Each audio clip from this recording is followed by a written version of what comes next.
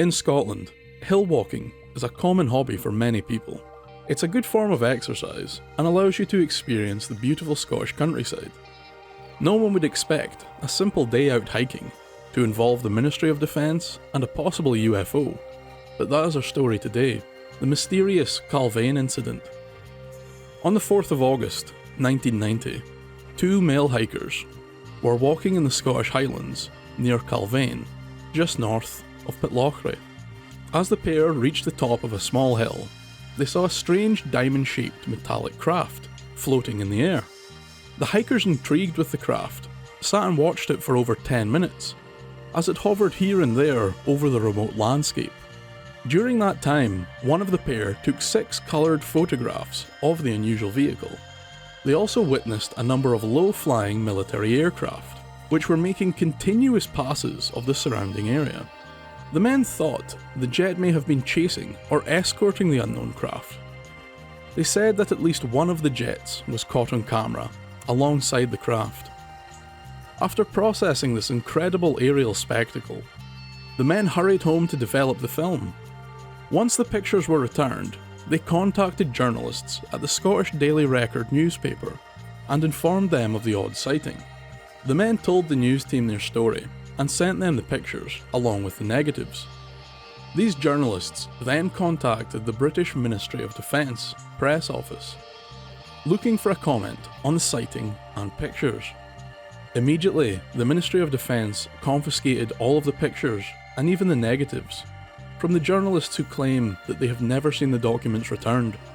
It is not entirely clear how or why the Ministry of Defence did this, but it is thought that they issued a Defence and Security Media Advisory Notice, commonly called a D-Notice.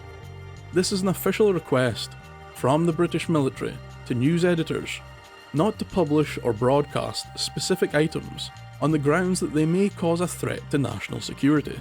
These notices are only advisory and cannot be enforced legally, but most media companies tend to comply with the government's orders. For the next 18 years, there was no information on the sighting or what the Ministry of Defence had done with the pictures. But in 2009, a man by the name of Nick Pope came forward with new information on the strange incident.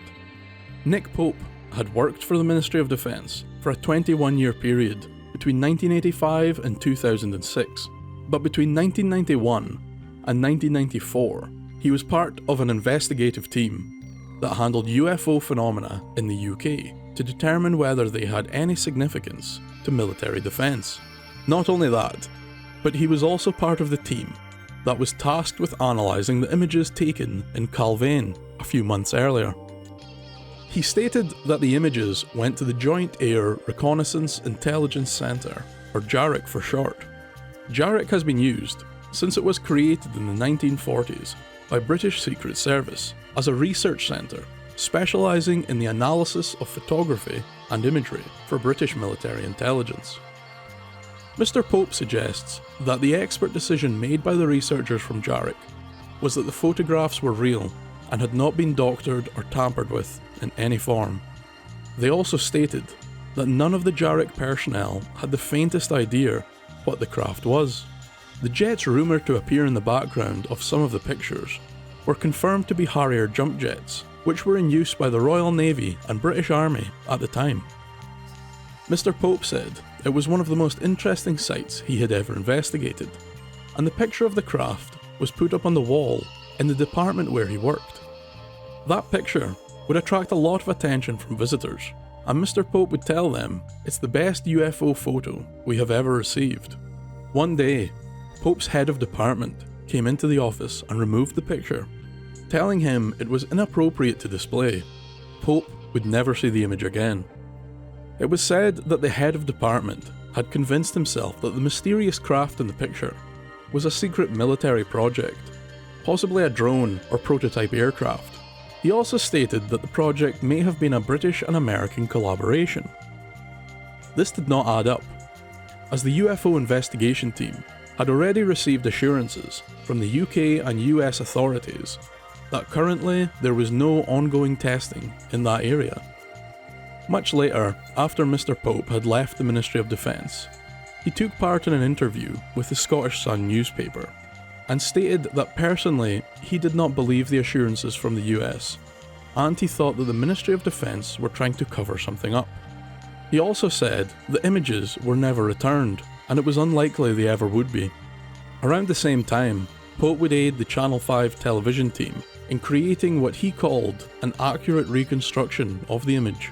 In fact, it is the image I have been using in this very video. Further evidence concerning the photos or the incident has been extremely rare. To this day, the identity of the two male hikers is still unknown. There has been many attempts to trace them or ask them to come forward, but no success. In July 1996, the Member of Parliament for Don Valley, Martin Redmond, tried to get more information on the sighting by proposing a parliamentary question on the missing pictures. Mr. Redmond would ask the Secretary of State for Defence what assessment his department had made of the photographs from the Calvine incident. Also, he would ask who removed them from an office in Secretariat, and for what reasons. The response from the Ministry of Defence was that they had investigated the situation thoroughly and found nothing of significance to the defence of the country. They believe it was a natural phenomena of no importance. They went on to assure Mr. Redmond that the department would not and did not cover up any information pertaining to the subject of unidentified flying objects. On the 21st of March 2009, some of the documents concerning the events were declassified. These documents would verify the Jarek investigation and outcome. It would also lend credence to much of what Mr. Pope initially said in the incident. Included with the declassified documents was a photocopied line drawing of the original picture. It also clearly states in the document that the pictures were in fact returned to the Scottish Daily Record. Many people in the intervening years have suggested that this sighting may be related to the United States Air Force Project Aurora. The Aurora was reported to be an American reconnaissance aircraft, said to have been built in the mid-1980s, and was a successor to the Lockheed SR-71 Blackbird. It has been suggested that the Calvine incident was a test flight for the Aurora. This could explain the Harrier escort. Supposed sightings of the hypersonic jet have occurred all over Britain and America, but still to this day there has been no sufficient evidence brought forth that the craft was ever built, tested, or flown. Recently, the Calvine incident has been in the news, as more documentation about the incident was scheduled to be declassified and released.